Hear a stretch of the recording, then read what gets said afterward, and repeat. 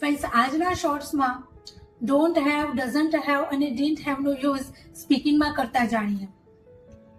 Present ટાઈમમાં જ્યારે પણ તમારી પાસે કોઈ વસ્તુ, ઇમોશન કે ફિલિંગ્સ હોય છે ત્યારે એકોર્ડિંગ ટુ સબ્જેક્ટ હેઝ અને હેવનો યુઝ એ વસ્તુ સાથે કરીને તમે સિમ્પલ સેન્ટેન્સ બનાવી શકો છો. ફોર એક્ઝામ્પલ, મારી પાસે સ્પોકન ઇંગ્લિશ સ્કિલ છે. I have a spoken English skill. Seema has a beautiful sari. Raj has a luxurious car.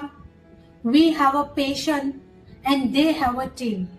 But if જો આ બધી વસ્તુ પ્રેઝન્ટ ટાઈમમાં તમારી પાસે ના હોય ત્યારે friends according to subject means I, we, you, they plural subject સાથે ડોન્ટ હેવ અને singular subject he, she, it સાથે ડઝન્ટ હેવનો યુઝ થાય. ફોર એક્ઝામ્પલ, મારી પાસે આઈફોન નથી. I don't have a iPhone. Seema doesn't have a heavy sari. He does not have a project. We don't have a patient.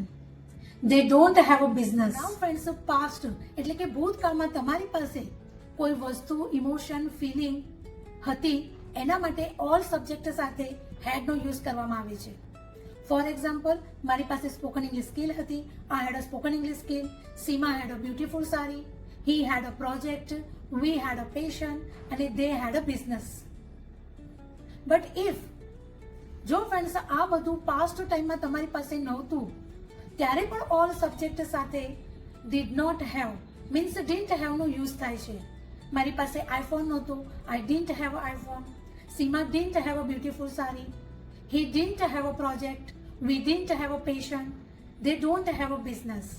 તો briefly આનું explanation એ છે કે પ્રેઝન્ટમાં તમારી પાસે કોઈ વસ્તુ છે તો હેઝ અને હેવ, પાસે નથી નેગેટિવ તો ડોન્ટ હેવ અને doesn't have.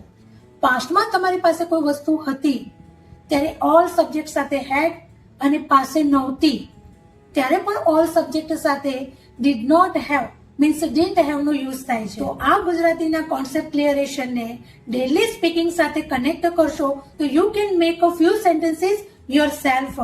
So try it, but do it, make it and speak it.